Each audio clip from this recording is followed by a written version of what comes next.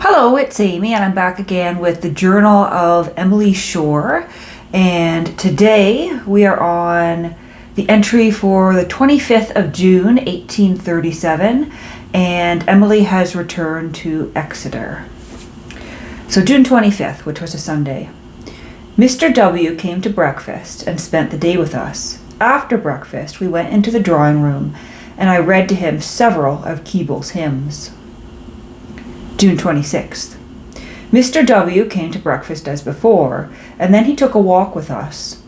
Here the two boys left us to do an errand in the town, and while waiting for them, Mr. W. and I ascended the castle wall, looked at the view of Exeter, and sat down under the trees, where we conversed for some time. He was not well, poor fellow, and at last resolved, which my aunt had wished him to do, to give up the tour of Dartmoor and set off for Switzerland on Wednesday. In consequence of this change in his plans, I shall see him once more before he leaves England, as he will call at Baron Crescent on his way. He wishes me to send him every information on literary subjects, the names of books which I should wish him to read, and the best course of study for him to adopt. He also begged me to write out for him one of my favorite little poems, which I know by heart, that he may learn it too. June 28. I am pining to be at Woodbury. It is now in all its beauty. The drawing room is perfumed with the China roses, and the garden is in full bloom. Alas, I shall see Woodbury no more. June 29. I took a walk in the evening with Jane and Selina Molesworth. The lanes about Exeter, which I used to admire so much, have quite sunk in my estimation after those of Tynemouth and Marlden, for which I am quite sighing. It is hateful to have to walk through the horrid dusty streets and the high roads before I can get into anything like country, and even then it is not solitude, for all Exeter turns out every evening into the lanes and meadows. Richard received a letter from Mr. H.W., who says he has postponed his journey to Switzerland, and wishes to set out tomorrow to the Dart with R., who is to meet him at the Tane Bridge. R. is delighted at the idea of going. Matilda added a page to me. And Matilda, I believe, would be Mr. W.'s sister, who we heard some reference to in earlier entries. June 30th. When we were coming from Tynemouth last Saturday, Mr. W. wished me very much to net him a silk purse. I promised to do so if I had time before he went, but now, finding that I shall not, having many other things to do, I purpose making him instead several marks for books of coloured and gilt paper, which will be useful to him in his studies and will not take me much time in making. Accordingly, I bought several sheets of fancy paper this evening, and shall set about the business tomorrow. July 4, Tuesday. My constant fatigue and weakness are quite distressing to me. About bedtime I generally feel brisker, but during the rest of the day the slightest thing is a painful exertion to me.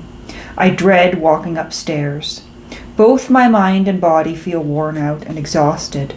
My hands can with difficulty hold a book, and actually I am quite content on these beautiful summer mornings to sit quietly and stupidly at my needle, alone for any length of time, silent and scarcely thinking, unwilling even to repeat poetry. Besides, I am out of spirits. My mind continually turns involuntarily at all hours of day and night to Woodbury, Tynemouth, and Torquay, where those I love best dwell, and which I shall in all probability behold no more. July 10, Monday. I shall hurry over this day, not being in a humour to relate, except very briefly, the events and circumstances thereof. In fact, I had rather think of them rather than write them down. We were assembled in the drawing room at 4 o'clock. Mr. H. Warren was announced. He is going to leave England on Friday, and now come to spend a night in Exeter and take leave of us. Mr. H. Warren is, of course, the Mr. W. referred to in the earlier entries here. I proposed to go and see the view of the Tiverton Road, to which he gladly assented.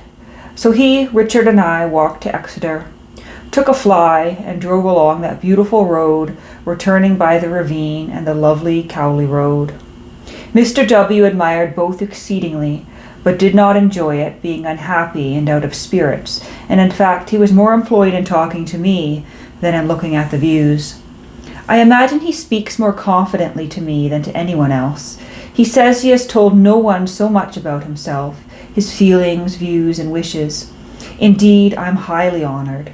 For all the times he's seen me do not when put together amount to a week. The next day came the parting. An extract from a letter follows, and that's an editor's note there. So this is their parting on July 17th, 1837, which was a Monday. A packet from Teignmouth. There was also a letter directed by Julia to Richard. It is written by Mr. W. and is evidently meant for both of us. So the editor's note was misleading. July 17th was not their parting. Rather, that is her next entry. When that's 6 or 7 days after their parting when she receives the first letter from Mr. W. So the letter was written by Mr. W. It is evidently meant for both of us. He has neither dated it, directed it, begun, or concluded it. He has written nothing but what I here copy out. I might have spent another day with you, for Mr. Spencer only returned from Plymouth this morning.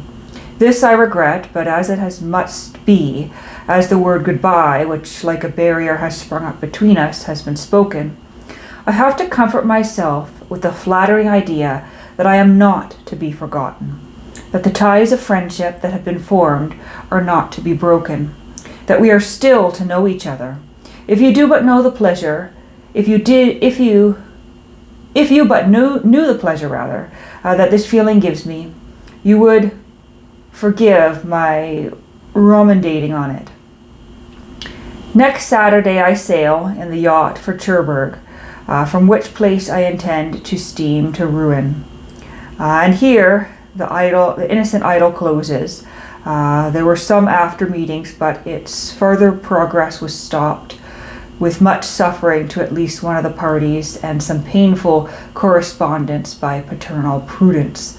This is an editor's note I'm reading. The preceding extracts thus brought together may give the idea that her journal and her mind were at that time wholly taken up with this love affair, but in fact those passages are everywhere interspersed with others which have been omitted, indicating an apparently equal interest in many other things, and filled most especially with her passionate love for Mary W. So I guess there's quite a few passages, or at least subject matter missing here, but the editors chose to focus on Mr. H. Warren. And it is interesting.